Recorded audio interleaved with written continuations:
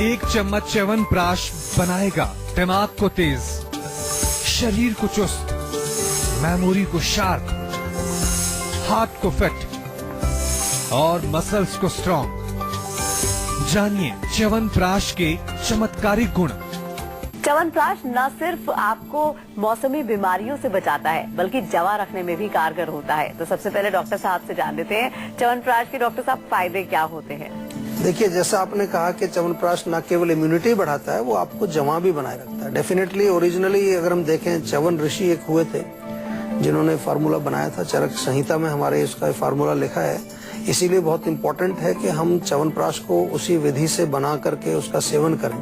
अगर आपको उसके गुण चाहिए तो एक विधि का हमें ध्यान रखना पड़ता है, क्योंकि जो च्यवनप्राश हमारा उस विधि से बना हुआ है तो उसमें आपको क्या मिलेगा, उससे आपकी बल शक्ति, आपका ओज, वीर्य, इसकी वृद्धि होती है, आपके धातुओं की पुष्टि होती है। और डेफिनेटली जो आजकल प्रचलन चल रहा है, आपका च्यवनप्राश के बारे में बहुत सारा प्रचार आपने देखा है कि भाई इम्यूनिटी बूस्टर है। इम्यूनिटी तो बढ़ाता ही है, लेकिन इम्यूनिटी के साथ साथ हमारी जो टिश्यूज हैं, जो हमारी बॉडी में जो कोशिकाएं जो बनती हैं, उनके निर्माण की भी वृद्धि ये करता है। यानी कि एक तरह से ये रिजुविनेशन यानी कि एंटी एजिंग फार्मूला भी है। लेकिन बहुत इम्पोर्टेंट ये है कि जो फार्मूलेशन है उस विधि से बना हुआ हो, उसमें प्रॉपर चीजें डली हुई हो, तो उसके रिजल्ट्स आपको काफी अच्छे देखने को मिलते हैं। और जो हमारे फेफड़े हैं, हमारा रेस्पिरेटरी सिस्टम है, उसके लिए तो बहुत अच्छा काम करता है, क्योंकि मुख्य रूप से हमारा जो लंग्स का जो सिस्टम है, पूरा रेस्पिरेटरी सिस्टम, इसकी इम्यूनिटी पावर को बढ़ाने में च्यवनप्राश का बहुत अच्छा रोल है। तो फायदे क्या होते हैं, तो डॉक्टर साहब ने आपको बता दिया है। अब डॉक्टर साहब से जान लेते हैं च्यवनप्राश के सेवन को लेकर हमें कितना सतर्क रहना चाहिए, किन लोगों को ये सेवन करना चाहिए और कितना करना चाहिए। देखिए, च्यवनप्राश डेफिनेटली जैसा मैंने कहा कि इम्यूनिटी बूस्टर है और ये रिजुविनेटिंग फार्मूला भी है। लेकिन इसकी डोज के बारे में अगर हम देखें तो आम जो साधारण डोज है तो 10 ग्राम से लेके 20 ग्राम तक, यानी कि 1 टेबल स्पून बड़ा वाला चम्मच भर के आप खा सकते हैं, सुबह भी और शाम को भी। अगर आपको सुबह खाली पेट खाना है और 1-1.5 घंटे तक कुछ ना खाएं आप, तो थोड़ी ज्यादा क्वांटिटी में 30 ग्राम या 40 ग्राम तक भी आप उसको सेवन कर सकते हैं। लेकिन उसके बाद फिर 1-1.5 घंटे तक आप नाश्ता ना करें, ताकि वो पचने का टाइम उसको मिले। तो ये डोज है। छोटे बच्चे जो हैं, जो 5 साल से कम के बच्चे हैं, उनको आधा चम्मच, और 5 से 10 के बीच में तो उनको एक चम्मच यानी कि 1 टीस्पून उनको खिला सकते हैं। बहुत बढ़िया सेफ फार्मूला है, कोई भी खा सकता है, कोई ऐसी घबराने की बात नहीं है और बहुत इफेक्टिव है। तो जैसा कि डॉक्टर साहब ने अभी बताया कि बच्चे भी इसका सेवन कर सकते हैं। डॉक्टर साहब, ग्रामीण इलाके में 5 साल से भी कम जो बच्चे होते हैं उनको भी च्यवनप्राश खिलाया जाता है, तो उनकी सेहत पे कुछ बुरा असर तो नहीं पड़ता है इसका? देखिए, च्यवनप्राश का जो फार्मूला है बहुत सेफ है। मैंने फिर कहा कि अगर प्रॉपर शास्त्रीय विधि से, क्योंकि इसमें आंवला जो है वो ताजा आंवला लेना बहुत जरूरी है। ताजा आंवला इसलिए वो सीजन में ही मिलता है, कुछ महीनों के लिए मिलता है। तो उस समय अगर च्यवनप्राश बनाया जाता है और उसको ताजा विधि, उसी प्रॉपर विधि से बनाया जाता है, तो बड़ा सेफ फार्मूला है, बच्चे भी सेवन कर सकते हैं। ऑफ कोर्स बहुत ही जो है यंग बच्चा है, जो कि अभी 6 महीने का है या फिर 1 साल का है, कम से कम जो बच्चा जब सॉलिड फूड खाना शुरू कर देता है 1-1.5 साल के बाद जो है, उसको हम ये चटाना शुरू कर सकते हैं। यानी कि ज्यादा आपको बहुत कोशिश रखना है। हम तो कई बार हमने देखा है कि 1 साल के बाद भी कुछ पेरेंट्स को हम सलाह देते हैं कि थोड़ा थोड़ा चटाना शुरू कर दो, उसका टेस्ट डेवलप हो जाता है। बाद में बड़ा होता है तो फिर मुश्किल आती है, फिर उसको टेस्ट ही अच्छा नहीं लगता, उसका कहते हैं ये तो मुझे अच्छा नहीं लगता। फिर इसलिए आपको देखा होगा आजकल फिर वो फ्लेवरिंग करके आता है, जो कि ओरिजिनल नहीं रह जाता है। ओरिजिनल फार्मूले का ही टेस्ट उसको आपको लगाना चाहिए। तो छोटे बच्चे डेफिनेटली ले सकते हैं। 2 साल के ऊपर के बच्चे, उनको चटाया जा सकता है थोड़ा थोड़ा, जिससे कि उनकी शक्ति, और छोटे बच्चों के लिए बहुत जरूरी भी है, क्योंकि वो एक ऐसी उम्र है कि उस समय उनकी इम्यूनिटी हमको मजबूत करनी होती है, उसको हमें बहुत ज्यादा स्ट्रॉन्ग करना होता है। अच्छा डॉक्टर साहब, सुनने में आया कि कई लोग जब च्यवनप्राश खाते हैं तो उनके पेट में जलन भी होती है, ऐसा होता है? और डायबिटीज के पेशेंट्स को क्या च्यवनप्राश खाना चाहिए या नहीं?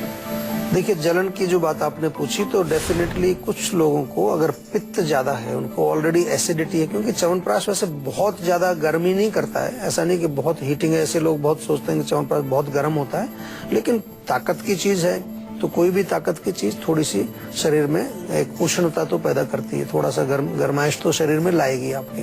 तो इसलिए पित्त वाले लोगों को कभी कभार प्रॉब्लम होती है या फिर ऐसे लोग जिनको एसिडिटी ऑलरेडी है, उनको कभी कभार प्रॉब्लम इसमें हो जाती है, क्योंकि इसमें च्यवनप्राश जब बन जाता है, मैं फिर विधि के बारे में आपको बता रहा हूँ, तो बनने के बाद इसमें ऊपर से कुछ प्रक्षेप द्रव्य डाले जाते हैं, इसमें के दालचीनी होती है, थोड़ा काली मिर्च और इस तरह के जो द्रव्य हमारे होते हैं, ये सब मिला करके उसमें डाले जाते हैं। वंशलोचन उसमें ऊपर से डाला जाता है, तो वो थोड़ा सा उसमें कुछ तीखापन होता है, तो इसकी वजह से कई लोगों को जलन होती है। और जहां तक आपने पूछा कि डायबिटीज के पेशेंट्स की बात करें, तो डेफिनेटली डायबिटीज के पेशेंट्स को हम मीठा खाने के लिए मना करते हैं। तो च्यवनप्राश का जो फार्मूला है, हमारा ओरिजिनल फार्मूला, उसमें मीठा डाला जाता है, उसमें विधान है उसमें कि कुछ चाशनी बना करके हम डालते हैं, तो उनको ये नहीं खाना चाहिए। आजकल वैसे शुगर फ्री च्यवनप्राश भी मिलते हैं जिसमें कि शुगर नहीं डाली जाती है, तो ऐसे डायबिटिक लोगों के लिए कुछ च्यवनप्राश भी बन रहे हैं, उनका सेवन वो कर सकते हैं।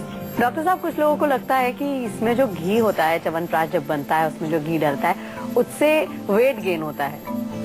देखिए, ऐसा है कि घी जो है अपने आप में एक बहुत क्लियर टाइप का एक बटर उसको हम बोलते हैं, तो घी अगर आप थोड़ी सी मात्रा में नियमित रूप से खाते हैं, उससे कोई वजन नहीं बढ़ता है किसी का।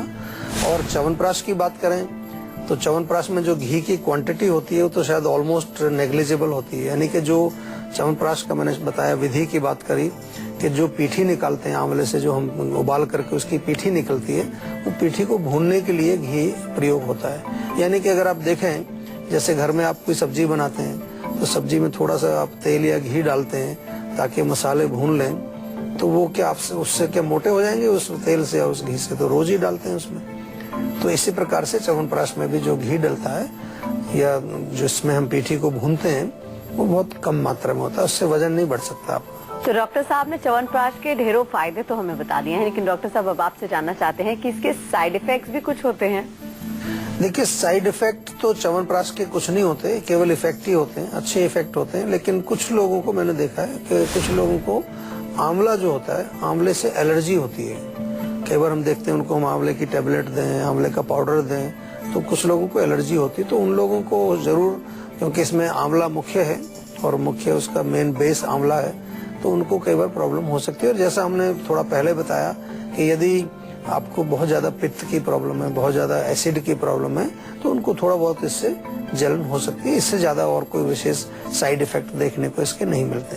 आजकल मार्केट में कई कंपनीज के च्यवनप्राश डॉक्टर साहब बिक रहे हैं, तो सही च्यवनप्राश की पहचान कैसे कर सकते हैं? देखिए, आपको सही पहचान, अगर आप हमारा शो देखते हैं, जीवा का शो देखते हैं, तो आप जीवा का च्यवनप्राश मंगाइए, आपको कोई टेंशन नहीं है। फिर जैसा मैंने बताया कि ये मैंने क्यों कहा, आपको थोड़ा लगेगा कि मैं अपने बारे में बात कर रहा हूँ, क्योंकि हमारे यहाँ जो भी चीज बनती है, जो भी प्रोडक्ट्स हम बनाते हैं, वो डेफिनेटली हम अपने मरीजों के लिए बनाते हैं। दो तरह की चीजें हैं, एक आप बाजार में बेच रहे हैं किसी चीज को, एक डायरेक्ट मरीजों को दे रहे हैं, तो मरीज से फीडबैक मिलता है, मरीज से आपका सामना होता है। और फिर हमारे यहाँ एक विशेष, हमारा एक, हम कहें कि एक जीवा का जो मिशन है और जीवा का जो एक बेसिक फंडामेंटल जो उनका हमारा जो नियम है मैन्युफैक्चरिंग का, वो ये कि जो शास्त्र की विधि से जो है हम हर चीज को बनाते हैं। लेकिन फिर भी बहुत सारी कंपनीज हैं, जिस कंपनी में आपका विश्वास है, आप समझते हैं कि वो अच्छा उनका प्रोडक्ट है, तो जरूर खरीदिए। कुछ जरूर डेफिनेटली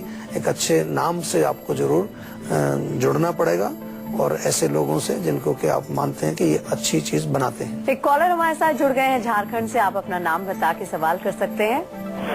जी नमस्कार डॉक्टर जी। नमस्कार जी। मेरे गले में काफी खराश रहती है और बलगम भी होता है काफी मॉर्निंग में। अच्छा। और कोई भी ठंडी चीज खा लेता हूँ, मुझे खांसी आने लगती है जी।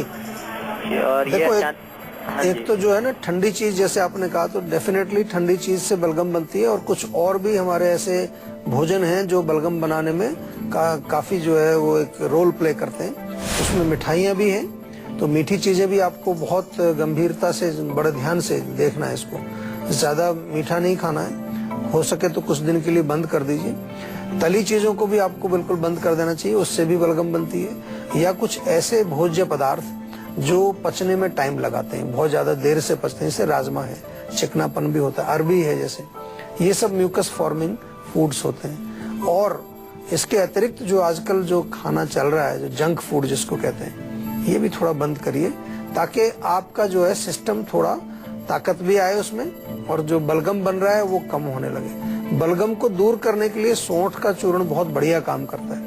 सौंठ का चूर्ण आधा चम्मच सवेरे, आधा चम्मच शाम को शहद में मिला करके आप खाइए, या फिर जो है गर्म पानी से भी ले सकते हैं। और पानी भी जो है आपको गुनगुना या गर्म करके पीना चाहिए। खास तौर से जब आप खाना खा रहे हैं उस समय हल्का सा गुनगुना पानी बीच बीच में घूंट घूंट करके पिएंगे, उसमें थोड़ी अदरक डाल के भी उबाल लेंगे तो अच्छा रहेगा, तो आपको बहुत रिलीफ मिलेगा।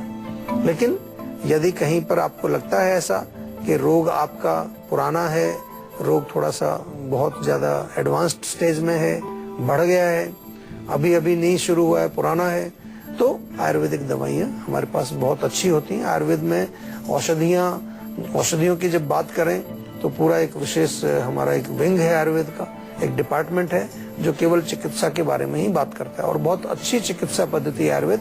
आज तो पूरे विश्व में लोग जो है आयुर्वेद के प्रति उनका रुझान है, और हम तो भारत में ही रहते हैं और भारत में आयुर्वेद बहुत ज्यादा व्यापक रूप से हमें देखने को मिलता है और अवेलेबल है, तो इसका हमें डेफिनेटली फायदा उठाना चाहिए। हमारे साथ एक और कॉलर जुड़ गए हैं, रवि है गोरखपुर से। क्या जानना चाहते हैं आप? जी डॉक्टर साहब नमस्ते। नमस्कार जी। सर मुझे एलर्जी की प्रॉब्लम हो गई, अक्सर जुकाम हो जाता है मौसम बदलते ही। अच्छा, देखिए एलर्जी जब होती है हो जाती है सर। हाँ, और खास तौर से जब सीजन चेंज में अगर एलर्जी होती है तो सीधा सा मैं आपको बताता हूँ, और कई बारी मैंने इस पर एपिसोड्स भी बनाए, कई हमने हमारे शो इसके ऊपर सीजन चेंज के ऊपर हमने बहुत सारी जो अच्छे एपिसोड्स किए हैं पहले भी, कि जो हमारे इम्यूनिटी जो है विशेष तौर से नाक, गला, फेफड़े, इसको हमें मजबूत करना है। ऐसे ही हमारा जो प्रदूषण इतना ज्यादा फैला हुआ है आजकल कि हमारा जो रेस्पिरेटरी सिस्टम ऑलरेडी कमजोर है due to bad quality of air, लेकिन ऑन टॉप ऑफ दैट अगर हम कुछ अपने सिस्टम का ध्यान नहीं रखेंगे, उसको मजबूत करने के लिए कुछ नहीं करेंगे, तो ज्यादा हमें और समस्या बढ़ती जाएगी। और इसलिए हमने देखा है कि बहुत सारे लोग आजकल जो है ऐसी बीमारियों से पीड़ित हैं जहाँ के हम ये मानते हैं कि उसका मूल कारण है इम्यूनिटी का कमजोर पड़ना या कमजोर होना।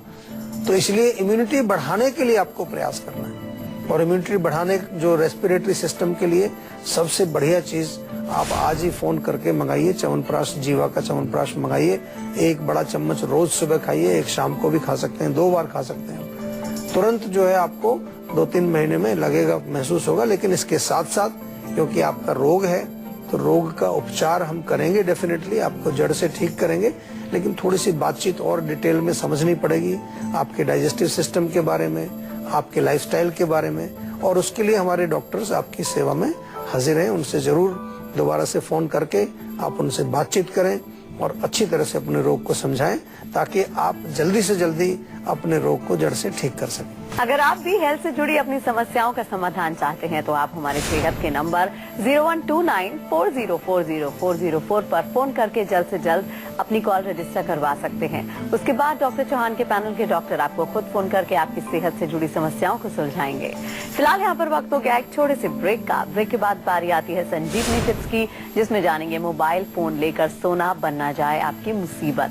इसीलिए आप कहीं मत जाएगा, देखते रहिए अपना मन पसंदीदा हेल्थ शो संजीवनी, ताकि स्वस्थ रहें आप।